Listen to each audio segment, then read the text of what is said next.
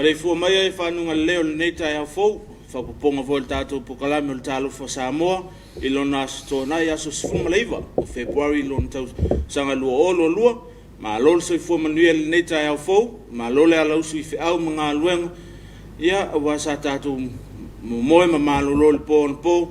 ia au tātou alwhai mai le nei tai hawhou I le lofa maleanga leo le atua, o lea tātou e ao na tātou whaftai ma vi ia lona suaf pa ia, ia awa o ia sa tau au mai alo tātou wola le nei tai hawhou, ia o le sa whai ele sunga le whai whiau whanofo ainga sunga ia on sai so mo tātou o staulang, e te tōle niu lo tātou vāta puia ma le atua, whaftai e le sunga le whai whiau, ia mo le tāpinanga mātou ngofia, o le whiau fwoi le tāla lei, e whai ngofia me uma ia Yesu Keriso, ia o le whiau na o le tāla lei o le nea so tōnai, whaftai e le sunga le whai whiau mo le tāpinanga mātou ngofia, e le ngata o le whiau o le tāla lei, ia whapia fwoi ia pespesenga, ia ma talu sanga e talu sia ai le fai vole atunu le nei aso ia ma fata si foi mal sunga ia se poloni le nei tau ia le tatou pokalame o le Talofa Samoa ma lo se fu manuia le sunga se poloni ma lo le ala usu I whiau mga luenga le nei tau waftai le atua I lona anga le lei tatou I whilo ai foi lumo nua e lo tonu ma lo se fu manuia le sunga le whiau tau mate le nei tau ma Talofa atu foi le mai moa tapua I mai o le tatou atunu ia le ala whai mai whanunga leo le ni tai hawhou. Talofa atu tātou porkalami o le Talofa Samoa. I le pai o lau whai ngā ruenga. Whai ngā ruenga tofe le kālesia, e meise o le nofo ai kālesia. Ia e whapitos wha talofa I le sa whainga le kālesia e whakasai Samoa nei. Hape whai atunu mau, a wale sua le whionga le teitai whono.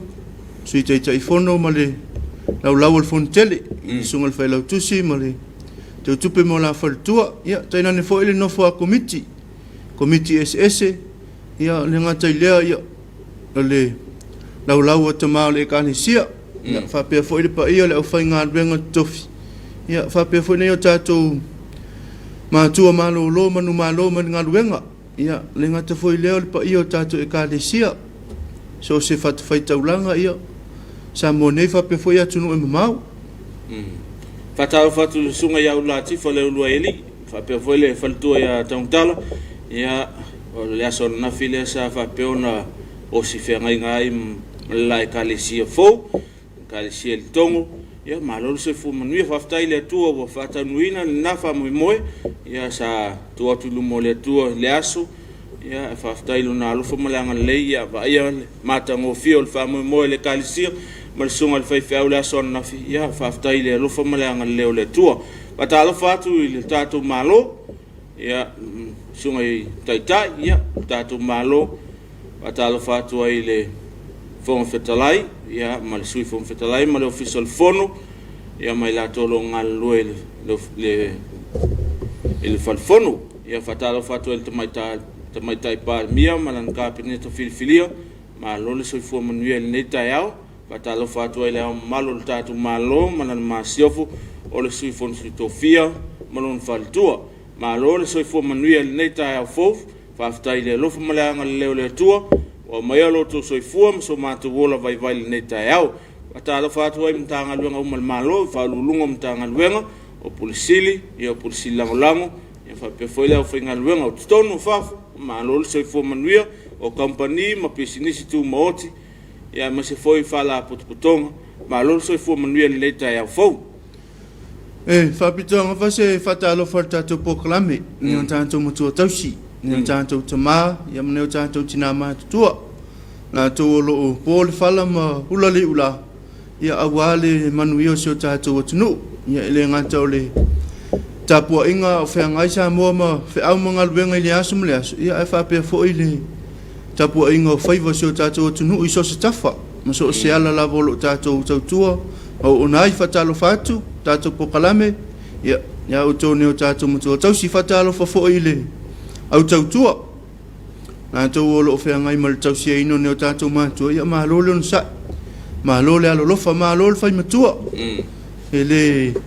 vale lava so tatou tau I mai le tu e pe fa ma oni tatou tau singai e o tatou matu ya wai Tau alfa maoni. Yeah. Ua whamau. E foi e le si tautua le whaka la mai a la ua vela le ti al toina mo lom tua. E los whamau ni la. Ia, ngon mea mo mai umi. On umi le taungal man. Ia, fatala fatu el whanau a onga. Le ua malolo mai foi a onga le vai aso. Ma e foi vai aso mua onga le nei tausanga. Ia, malolo sa fu manuia. Malolo toi sunga i tamaitai, mali pule. Ia o kolisi taitasi. Me se foi o a un fataitai, fa peia a un tulanga lua. Ia malo lava pale nei vai aso. Ia i lo to soi fota tua, mau aula ai le tua, i tofi matiu te o vala ina i o tou. Ia wale o ino o alom fa nau se o tato tu nu. Fa malo tu i ia te lato o so ai mai ngaluenga neta au. Ia e peo na ia ave passe o ave loli, o kiliva, ia fa pe foi ave taxi. O tavale la pasese la iti ia malolo so fu manuia ia va pe foi tono pisinisi ia ma company la iti malo la vale ya la usuneta yao ia o la stona ila va ie pupu o la stona ie o la fia fiki la vale wale o le wati sunlua ia o popo mano volme ia malta pelango le o fa pusa wala sa Alo fatu i tanto motu sai. Ia wale pa ia le fio le fala mfulu ia to fale ula tamal manu tele ia fa pe ia fa tu el motu. Alo fatu tato por kalame Talofa Samoa le ni taia fa Talofa le sunga fa fenga ia alapi eti. Ia ole fa fenga le kalesia fa kasai Jerusalem fo. I tafuna ia wana Paulo vale le tato e kale se whakasai le motu sai. Ia wau i se kale sia uma ia lewa lalo lavole e kale sia le whakaasa. Ia whaatalofa atu fo i tātou pokala mei whaafonga tapua i mai a sunga i whawhengainga ia me se fo i o au whaingaluenga le atua i tātou motu sai. Ia o le mālai fo. Ia o pēonta o e lausaunuanga le tai o le whakaasa ia mo le lava wa ese ia ingoa. Po le whapupu, ia o lalo lava le whaamalo tasi sa, a Talofa tua i sunga i toina, ma sunga i whawhengainga, nā tō maua mai al tātou pokalame lungo pēng tu whailang, ia malo lava le a lausu nei tai au Talofa tua i sunga i whawhengainga, mo la tō whatua, o lo aita malele ia tunue mau, ia ungale whengai e male ola valauina, ma le soifua foina, mo le atua, ma la nangaluenga, malo le soifua manuia, malo le lava pale malole a lausu neta yao Talofa atu i ia Uncle Johnny ma Hannes Limited o na ia tatu paanga leia o lo lango ina le tatu pokalame le Talofa Samoa i le ta yao ma le ta yao i falulungo o company taitasi ia ma lo lava le soifo manuia waftai le lofa mleanga leo le tua ia o ngaluenga o valawina ilo to soifo ma so matou ia whaftai le tua i anto whing paia. Talofa i nisi o mtanga luenga tanto malo. Nā tau lo wha wau pēr le tautua ma le au nanga luas full fight tu la. Ia pēo na iai le mtanga luenga leo leo. Ia la tau lo whitai tunga ma le tausia ina o sanga le mua seo tātou tunu. Ia le ngata i seo tātou tunu atu. Ia whapea fo i lungo whemalanga inga ma lungo awala. Talofa atu fo i le tātou whale mai mto tua, ia masos whale mai lava i tanu o tātou atunu nei. Tānga luenga o soifo malolo ina. Ia, whaftai mo le au nang whai pēr. Ia, awan, ia, mamalo seo tātou atunu. A pēr fwoi se whatalofa i le sunga i le pulisili, ia mesia le ofisa o le fuimu. Ia, la tau lava leo lo o telefoina. Whapena ona tali mai taimi o whalawe whafua se, ia tupu mai tanu seo tātou atunu. Whamalo atu le tātou pokalame le nita iau. O tā ua e lau Talofa le nita iau le polisili le tina imu, ia sunga ia tanwasa pitone, o sunga le tanwasa ma te tua oi vaiteli. O lo whiangai le sunga le polisili ia ma whanonoanga, ia ono le walau paia le tua. Mo le tua ia whamaisenga le tātou pokalame le nita iau, i lau whionga, le polisili, tan vasa pitone mal faltua male ainga ia o wale vala pa ia le tua le tina le ainga ia le tina matua o le sa fai ma tau si mea le tātou ainga ia. Watu whamaisenga ia whananga le tātou pokalame nei tai au. Ia wale sole whape whalawa se ia silom tua. Ia, mawale mawhanwhana, mawale lo tele, i lewa fionga. Ia ono nei tu aso po ngisa. Ia, le ava vaifo le tātou pokalame, na ia tātou whawhianga pū. Ia te taliu mai ia, whawau le tātou pokalame. Ia manatua, ia, si taimi o luma. Ia ini o alofaanga. Ia, muna i o tātou ainga samo nei. Ia, nunga tātou peang tawhailangi. Ia, si taimi o to lau ina atu foilea. Ia, muna nei taimi o la se atu sunga ia tō. Ia, muna ia tātou whawhianga pū se lua. Ia, to vā ia le tātou pokalame nei taia. O si mai mai. Al pesel nei mo le toia lo faanga mo sem tiuku. Mama la pele watini ia bai o poponga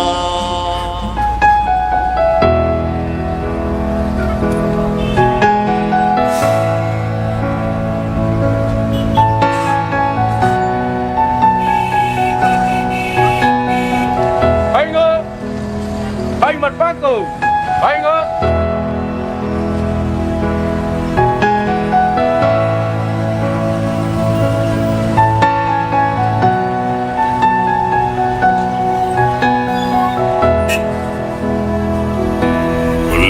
Talofa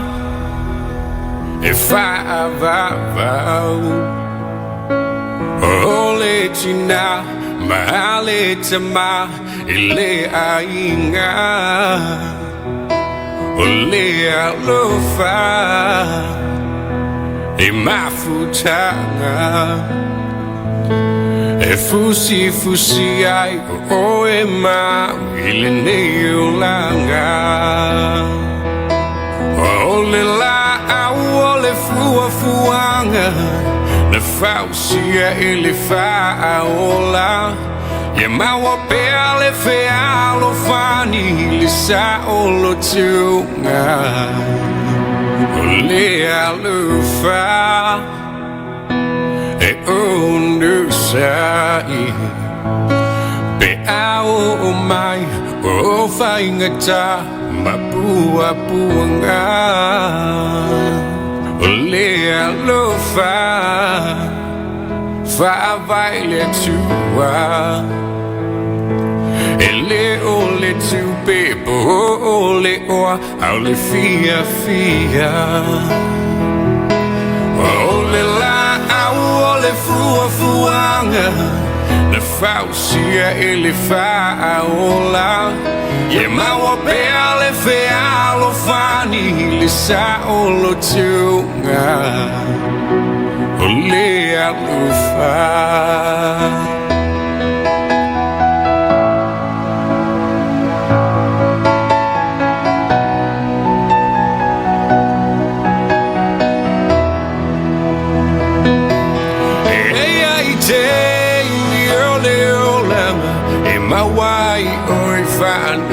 Anuanga o asolele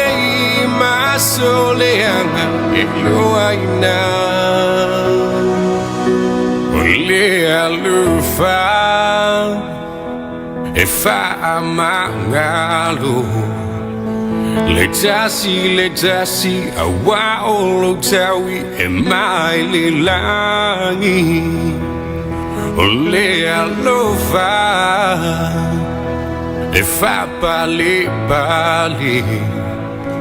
ole ni olanga e let you my bear le tafe vai tafe ole la ole fuanga na fausia ele faola e maua pele fe alo fani sa olo tu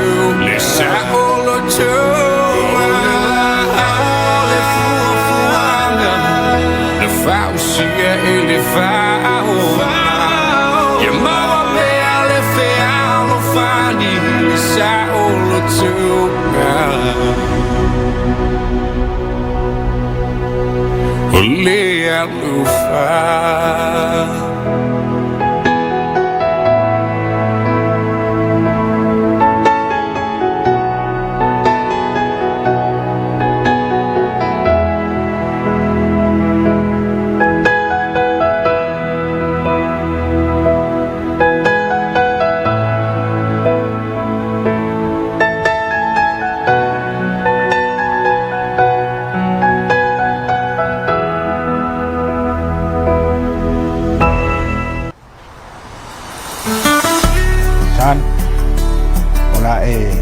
tātou ainga. Ka malelei whalongo I upu o umana whaiak, tau whaasanga whaia onga. Tau mwhai awal whabai tele. Tau anga whailau tutalo I le tua ia so ao manipo. Le whaatasi le tua maoe. Tātou pese. Alo I o whaiwai a manuia. Aua e te loto vai pea o mai whainga tā. Lua te whaatasi ma le atua I so o se ala e te uia. No ua tali ia e whalongo mai Ila une upu o le awhai Ia e nofu sauni Awa e te solo muli Ila whai unga ua whai O le lalo langi nei E tumu I mea masi E te le whao so songa E vai ai o langona Ia e loto tele Awa e te fefe Aluma le fia Lo uatali e manuia Alo I o vai a manuia Awa e te loto vai pea o mai whainga tā Lua te whaatasi ma le atua I so se ala e te uia Roua whawhine se I e whalongo mai I le maupu o le awhai Me I e manatu mama I loi matau lo tina A o e folau I le vasa loa loa E whainga tā O e malua I le ainga nei Loa whawhine se alofa whai le lei Tā ai e se lau whala Tu e se le alunga Whamala si mai se ia o I le taunu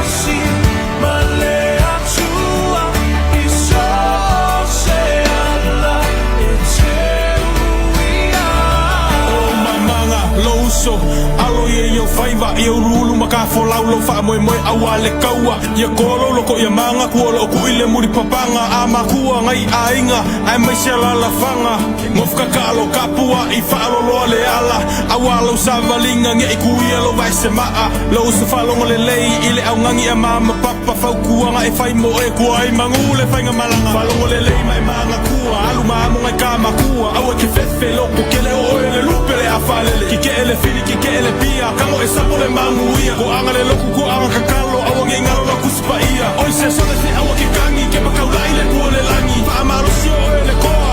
kaua mo Samoa ia wa ke na fa kuanga ke o mo ko malo ngana esa le ka fa ko fa ia ku ia vai lo ka va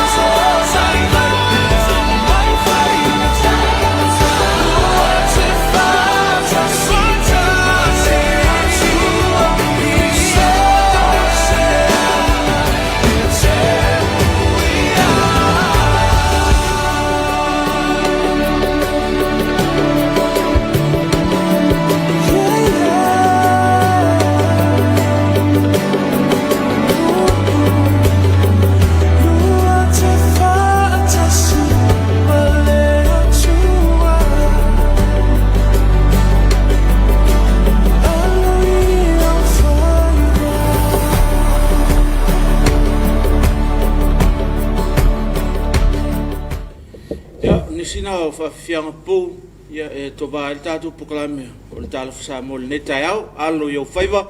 ia sunga ia alo ia mo le tatu Talofa Samoa ia fi au ngalu le aso ia na u fa to mai le sunga ia alo yo faiva le aso fi au ngalu ta pinang so vai o wale aso le sapati pa yo le to ta yao ma se foi o fa ta le aso ia alo yo faiva ia manuia ma ta poa yatu ia al faiva so tatu tunu fa Talofa tu ia tila tu mau mai tatu fa salamo le ta yao ia le ngato no peng failangi ia tunu mau ia fa pe foi so tatu tunu lo ta poa mai mau to malawa fa Talofa tu ai ia tila tu fa ta to lia mau to ngase ia ono mai o tino ia o talo ia fa foi sia le tol malo siltino ia va ve o siaso ia to foi nei o tatu ai le meolo tatu au mau ia ngalele tol so fo maleola Talofa tu tatu pa anga lo mafuta mai le tunu o Amerika tunu meleke ia fa Talofa tu le tatu pokalame ia le wasto na ia ma to nei ia ale mai ta watu i lungo le tatu live ia o le so fa vai le o uli le i Amerika ia Talofa tu ai tatu pa anga o moli me fe ola to lo fa anga ia iso ya to le la tu ai lungo tatu lo fa anga o mo tatu pokalame le ta yao Talofa tu ai ta se to lo va ia o lo mafuta mai tatu pokalame le ta yao Talofa tu fo ia hani pale no wata ia lo fa Talofa mafuta mai po iua au te roa i New Zealand o lawama maunga o tenga watching you from Fort Mitchell Alabama fa Talofa tu neta yao ia ta ofi mose ma lo so fu manuia neta yao fo ia Talofa tu ia mo lesi sanga poltele toina no fa Talofa mafuta mai Phoenix Arizona mafuta mai tatu pokalame le neta yao ia an pale no wata ia po rua fa Talofa tu neta yao alo fatu i po rua te roa New Zealand God bless ia Erika Siliato ia fa Talofa mai lo tufanga ia manuia fa moe ia lo alo toile senga malusi neta yao ia sa uninga fa poiponga lo fai lo tufanga ia fa Talofa tu i so anti an nai poina ka malo lo sunga ia malo lava le soi fo manuia neta yao ia o mo le si sanga pol tele fa Talofa tu Phoenix Arizona el lo sa se lo sunga fe au mal po kala mal Talofa Samoa malo soi fo manuia neta yao mo le si Talofa tu ia pita e liu fa Talofa mafuta mai tatu pokalame Talofa tu fo ia le lua on sai tonga ngae ia o lo mafuta mai Oklahoma i America USA e kapa ela safari tupe watching from Maryland on Friday afternoon malo level fa malo si lo sunga vi ele li manuel weekend aftai alo faanga mo lo le neta yao aftai lava manuel matu nei Samoa Talofa tu ia le lua on sai ia o lo moli mai ona lo faanga ia mona yonga inga uma ya sau ya sau savai sau savai mo tele mo tu fai mem fai o fa mava enga sau fai mafuta mai Christchurch New Zealand pa foi a paniani fai ava sua moti Talofa lo sunga malunga lue alo faanga i matua faleanganga Reverend Elder Kereta ma faafetai fuafiva i le EFKS vai wa atoa le tolsfulua tausanga o le ola foina mo le galuega le atua tolsfulua tausanga soifua galue suga le toina ia Kereta ia ma le faletua ia faafetai ia o suiki o inga o suiki o pupi ia fa mai tele uta alo fatu sunga suiki mal faltua mal no foyal ia malul soifu manuel neta yao ela kala mai uta pe mo e mau i vai tele. Oi, e mau i vai tele. Oi. Maro se fua manuel taiao, nisi na ia tātou paanga, moli mai o lato lo whanga i lunga o penga tuwhailangi. Ia, lato toa maua ia tātou whasalango nei taiao, ia whatalo whatu, ia whaio nai fia moli mai o lo whanga. Ia, o staimi foi toi lafo atu sunga ia tō, wale tō lau ina atu nei taiao. O le tātou tala taulo wo mai nei taiao lo sunga se poloni. Ia, o lo mai alava ia whamalo lapta ingo ti munga mafa, whamalo sia lapta ingo lo longa. O se vaenga o whetai ingo sa vilim ti munga lo iai pēlungo Samoa, wata si aise vaenga tele o ao lo ta oto i mātū. O le nei whetai ingo sa vilim ti munga, o le atu maupea i mātū o le atu nu. Ma o le au mai ti munga mafa e pupu ino whanga ma o longa, o no ia tūlang. O lo whamalo sia i pēr lapta ingo ti munga mafa, wha pēr lapta ingo o lo longa, mo vaenga umo Samoa, mo le aso, o le awa oa, mai ta api solo ai timu, e ma mawhai pupu, a pia wila ma whai titili. E whātautau sa vili i taime timu ai, a fianga, e ona alia e mai mo le atunu, e ma mawhati munga ma whātautau sa vili pua oa, ma sese e awal, i no fuanga ma o lunga, mai lolo vai no fuanga i ta whaala, e ta tafe vai tafe, mai ona iai ele solo. Ia, ma whautuanga, ma hapta inga me le o fsavai tau. O le ae whamalusia pia lapta inga mo timunga mafa mo longa.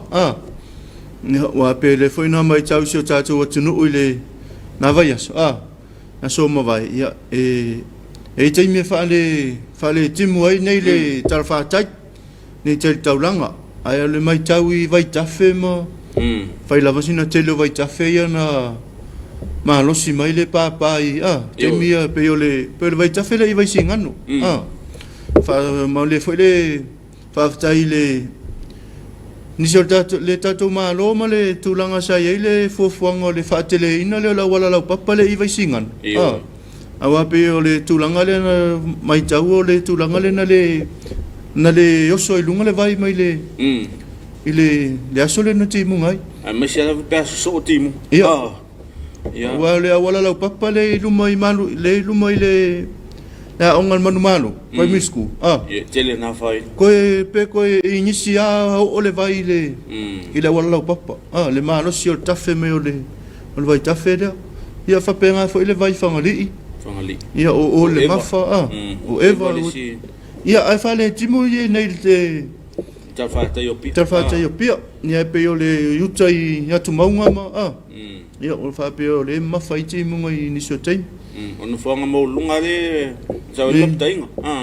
ia me se foi o timu e ono mase se wala ia o fautuanga na sa to puka minita o pe ono masani ai o sa le mu tau sisi le tato sa le mu nita ia la to lo malanga mai pia e fai fa tau ia ma tulanga fa pela ia tau to la sa fa tulanga ina ia tau na le sa le mu fai le fuspau me o malava a ole talo telefoni ma tango le foi le tava ia te le telefoni o tafa ia ai focus le ngol awala ia ele vai le fa pe o na o ele ngol awala tele tava ia o sa le mu lo foto ato il tatu proclame le tau fatalo fatu i se o matou ai ngai sapali le mol mero ato lo fanga le tau fatalo fatu to fine a Susana ia o so ai foi au ngaluanga le tau ma lo se fo manuia ma lo lavale le tau le nei vai aso ia faftai le lo fo malanga le tua o naua tatu tau no mai le aso tona ia lo manuia lava se o tatu ainga ma lo lavale le tau le nei vai aso ia le la se atu sunga ia to mo tatu fasilang po notice po faio no mai tatu alata ia wal no fia so tato tunu tali mai ia fa wa fol tato maftang neta ia ia smela mai mo ni so fa silang wo mal tato pokalam fa silanga fa la wai tele mai le official le faila tusi o le fono o faitu la fono ilo ilongo tu la fono tau fa ofi le ava tele fa sila toi le mamalo le tunu o amata fa nga solo nei fo fango ilo ilonga ale Komiti Faamisionare le vaenga tau le tamau ainga i le tulafono tau whaofi wa ta uilalo e tu sai ma le whaatonunga ale fono au fai tu la fono. Wa mua, tu la fono tau whaofi o teu ngole tu la fono la fonga tupe maua, lua fe lua tasi, Income Tax Amendment Bill 2021. Pilanto umai fia whaalia finangalo, pe tuina mai fo ini whamatalanga tustusia, ile nei tu la fono tau whaofi, whaso taimai Tony Mappin Nathanielu, o le official committee whaapalemene le telefoni, lua tasi valu tasi, i tu la whainga luenga, po le emaili bco@parlemene.ws. Whaia ma le whaalolo tele, sa tama le atisa witime tala, whailau tusi o le fono au whaitu la fono. Notice from our young public accountants. Career opportunities. We have vacancies for the following position in our firm we wish to fill. Senior auditor position, minimum qualification and experience and other requirements are practical experience in auditing or accounting for at least 3 years, a degree in accounting or close to completion of accounting degree, have supervisory skills and experience, commitment to become a member of the Samoa Institute of Accountants if not already a member, trustworthiness and reliability. Starting salary is in the range of 24,000 to 31,000 depending on experience and qualification. Accountant auditor, minimum qualification and experience and other requirements are practical experience in accounting or auditing for at least 2 years. 1 year may be accepted based on circumstances and quality of the experience. University level education with accounting as main subject of interest and pursuing an accounting degree course if not already completed. Trustworthiness and commitments to become a senior accountant, auditor within 2 years' time. Starting salary depending on qualification and experience in the range of 15,000 to 21,000. Trainee accountant, auditor, minimum and other requirements for this position are foundation year at NUS or similar institution with accounting as part of studies. Practical experience while an advantage is not necessary. Trustworthiness, quick learner. The expectations for a trainee accountant auditor is to progress to the accountant auditor position level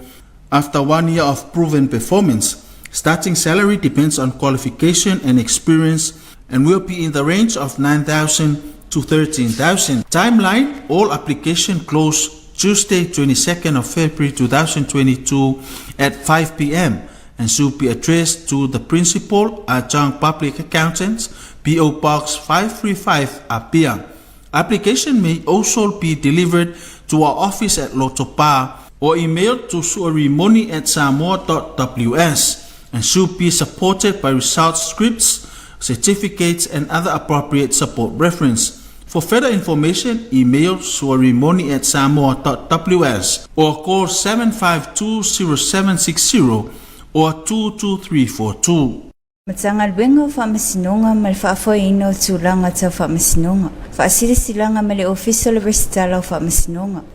E faasile sila faalo lo atu malo la tinu e faapea. O fatati e senenga bengo Faamisionare mo fanua maswafa faapela Faamisionare mo lunga fanua maswafa se ia se aso. Famulmule tu Faamisionare mta upu fatulanga mo masino February mamati lua felua. Ia utangia maile nei whaalinga. O le afofonga atu le aso matai me te whatulanga ai ni mata upu mga luenga o Faamisionare o whanua maswafa. Wha moe o le afa utangia le mai, whaia ma le avatele, wha aftai, tainia, Roni Ferretti, sui o le restara.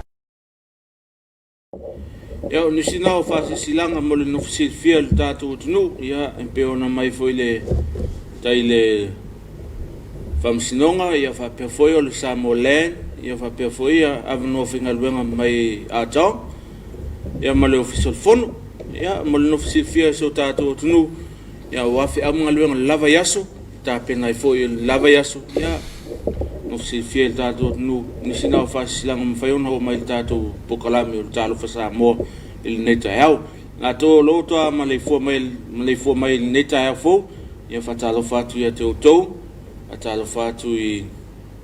nau ngā sese, ia no whea ngai mwhoi ma tausingo le neta hau, ia wase malu tae hau tinam tama ia malol se fu manuia ma se foi nei fanau fe ngai malolonga nei vai aso o le nei aso ma e foi ia on nei vai aso ia fai se feau ta ua ia ta penanga so vai wale sa patio taiau o le sto nai la vai paulo na te penga le so vai ia le ta penanga wa taiau ia ele ngata foi le so vai e fa pe foi le kukola sa e mana ia la vale sto nai nei o le tele taimi fai ta penanga ia awale tu uma fa anta wa taiau ia wai le la foi taimi tala ia fale taiau ia mese ia fa mar pele sa ma vea ona faile kuka male tau singa male ngasinga ia ona ngai rola ia le falsa o le mai tau sunga se puloni il vai so ato e fa polo e tamama tina ia sina se leni a wale tau singa la sa ele ngato o me fa le lotu ia fa pe foi se le tau singa la sa ia le ia e un sa ia pe lengi ale le vai so ato e sui ia le fai ngol kuk ia e tau sile a mo sina lau ma mo le sa ia o sina mo ia pe foi sina pipi ia e sai foi a tau singo ia le tau singo le sa o la tau ia na mai tau ia o ngasolong foi na o tatu wolon tatu tupu mai ai ia e lengi me ala songo fresco nga le suia ia un sa ia le sa ai le skulimi ma ia wa pe le si tulanga le ala yonga fa pe fune tatu ma tu le tapenanga la sa ia wa mo le foto na ia fi au tau singa fi au ia mlona ai ia bi fa polo ia lava mo la sa ia ni si foi ai ia tau se ia so vai asu ai manato ni solo fa manato la to asu so i fu ni asu ia mo le atoia lo faanga le tatou porkalame o le Talofa Samoa ia manu ia tele le famanatu ina o tou aso soifua via le atua i tausaga i tele ia ua ia foa i loutou soifua ia aso mo loutou ola ia e le foi nisi o lo famanatu nei ia anniversaries lo faapena ona famanatuina aso sa tufatisia ai ia nisi foi o aso tāua pe o nisi o ekalesia o aso sa o si feagaiga ai ia ma le nisi foi o aso sa fapenau na fama vai me matua matua ile tausaga talu na tua matua ia e pe foi na tau o le aso nei le famoe le fai poiponga ia ale alo le fionga le taitai fono o le fontele ia sunga le fefia to ina ia yo se foi le lea pe la bona mali foi inisi o tala na fe vea ile na vai aso e misi o le taimi o le lockdown fa pe o le va le sa ule na au mai inisi o mo le fai poiponga ia ale ala fata no nei le e fai poiponga ne to malino le o nei le sa tu fai poiponga le taimi o le lockdown ia mo le to ia lo fanga tato pokalame ia le tamaitai ma le li fai poipo ia manuia tele le info ia tu fatisia o lua i mo le tu nei aso ia ile anga leo le tu fa mo nga uma au ta ia lava i fa mo ngo fa poipo ia le aso na file sa pata no ai foi le fa poipo le tu filo nei ai ia mo le to ia lo fa nga tato pokalame le Talofa Samoa ia to fine neli fa pe foi le to lua ia le songa ia Ernest ia malo le soifo moni nei taiau ia taiau mo wa ave o luo o leo ngali ia ele anga leo le tua ia tausi lo soifo mo lo ol ngaluengo valawina ai le ngato tono malo ia ele anga leo le tua ia o anniversary pe ona saunoa se ploni ia maua ta to alo fanga le taiau todos full lo tau sak sungal toina ya kereta mal fa tua ya faftai ya misla e kalesia vai ya wa tele ni tang tols full lot usanga ya ole ola o foina atu mole tua malantala le ya fa o fa forma sunga ya topo mo ni sota to lo fanga nei ya